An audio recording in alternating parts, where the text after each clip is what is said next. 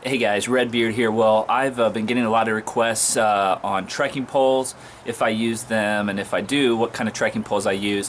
So I wanted to do a brief video on trekking poles that I use on the Appalachian Trail this past year. The trekking poles that I use were made by Black Diamond. These are the Black Diamond Trail Shock trekking poles. I purchased these at REI, and I've kind of purchased these without doing any research really. It was kind of a spur of the moment purchase at REI. I was obviously pretty familiar with the company Black Diamond, so I was sold on these by someone that worked there, and for the most part I would say that I liked them. Obviously there are two pretty much primary different types of poles.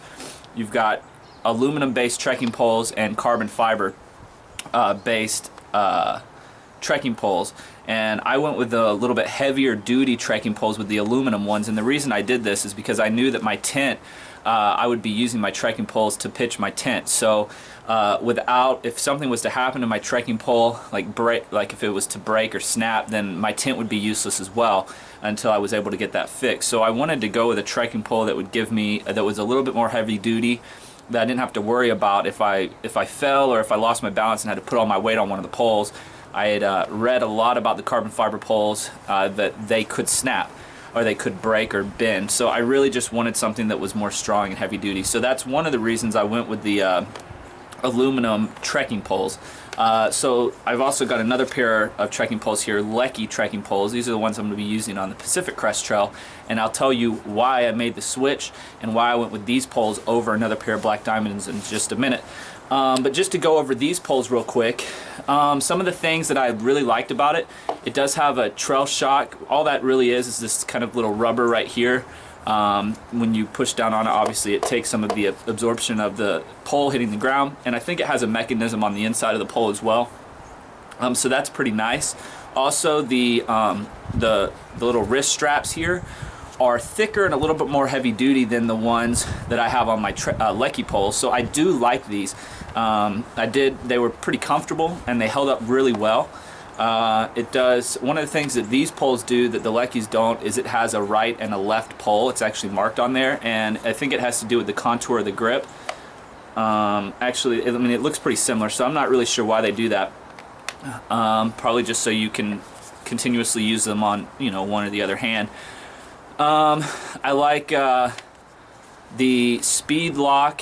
I'm not sure exactly what they call it. I think speed lock or flick lock, one of the two calls them that.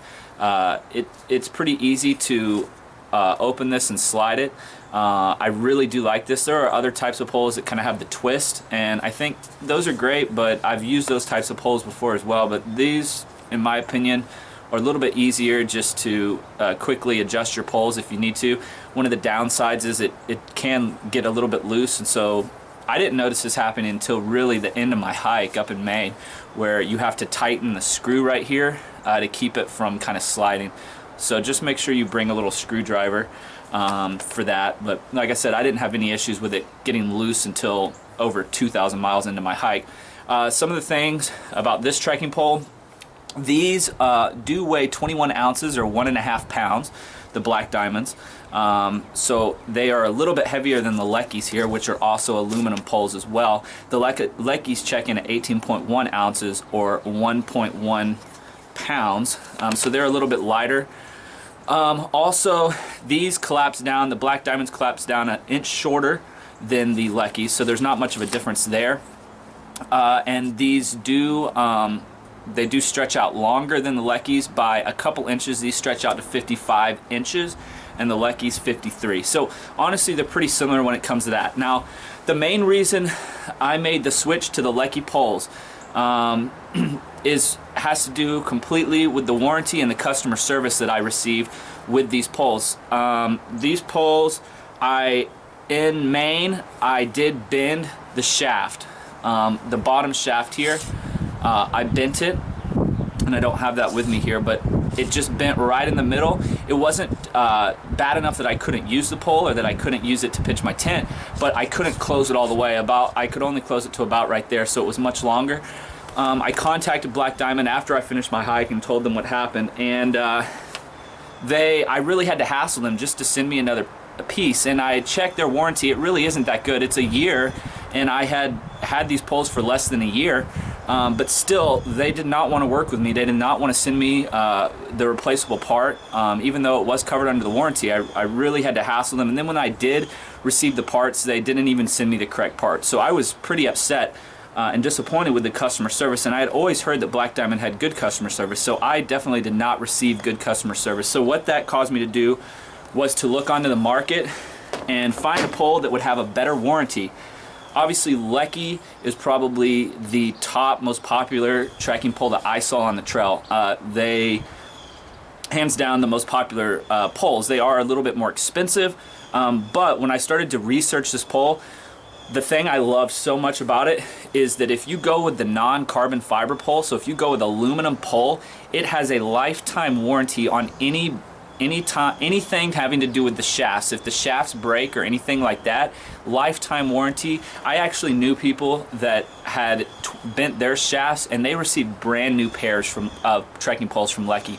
So that's really what I was looking for. Otherwise, they're pretty similar. They are, like I said, a little bit lighter. This is also aluminum pole, and it's got the same type of flick lock system. I did notice that the shafts, like when you undo the flick lock here and pull it, it's a little bit rougher and harder to pull. It doesn't slide as easy. I tried to adjust the bolts here, and it was finicky. I think I could probably work on it and get it better, but when I twisted it to loosen it up a little bit, it either became too loose or too tight, and I couldn't quite find a happy medium. But I'm going to keep working on that. I did use these poles already on my 80-mile hike that I did on the Foothills Trail, and I really liked them. There's really, like I said, there's not much of a difference. It does have a shock mechanism built into it as well. It wasn't quite as noticeable as the one on Black Diamond. These were a little bit stiffer, but honestly, it wasn't much of a difference. Also, the wrist straps are not as thick. They don't have any padding. I don't know if that's if I'm gonna dislike that or like that. Honestly, it wasn't too much of a difference that I noticed, but I did kind of get used to the wrist straps with the padding. Also, these to extend the wrist straps, it's a little different. You have to kind of pop this up and then slide it. The other ones you just pull like that, and they just adjust. So I kind of like that better on the Black Diamonds. But I do, all in all, I think I'm going to really like these Lekis, and honestly there's not, like I said, not much of a difference, but the warranty is a huge difference. So just knowing that if anything happens to these poles, I really don't have to worry. And I did experience a lot of people that did break their shafts with their more carbon fiber ones, but like I said, those also have a 1-year warranty as well, if you decide to go with the lighter ones, and they were replaced really quickly on the trail. So I'm very much looking forward to using these poles on the trail. So also, just to go over some of the benefits, obviously, of trekking poles. For me, I found that when I started using trekking poles, I never used them for probably the first 10 years of hiking and backpacking, and then once I started to use them, just your balance, obviously just the obvious things, my balance was great. I found that I wasn't twisting my ankle, and I think I fell all the way to the ground one time on my entire hike of the Appalachian Trail. So really they help so much. They take a lot of impact off of your knees. So some people don't like to use trekking poles, but they, and sometimes I'll put these up on my backpack and just hike without trekking poles if it's flatter. But going downhill, going uphill, it allowed me to go uphill better. I could push down and push my weight onto these trekking poles, and it just kind of launched me up the hill. So I can't say enough great things about trekking poles. If you've never used them, I would definitely recommend getting a pair and trying them out and seeing if they work good for you. But they're not for everybody. So if you're used to not having trekking poles, maybe you don't want to make the switch. So anyways, I'm trying to think if there's anything else. That's pretty much it. Leki trekking poles, definitely in my opinion, a must buy over the Black Diamond, like I said, and that's simply because of the customer service that I experienced, which was very poor with Black Diamond. So we'll see how these hold up on my through hike and how the customer service comes into play. If it has to come into play, I'll definitely relay that information to you as well. So anyways, guys, if you have any questions regarding trekking poles with the Leki brand or the Black Diamond brand, please reach out to me. Otherwise, Redbeard out.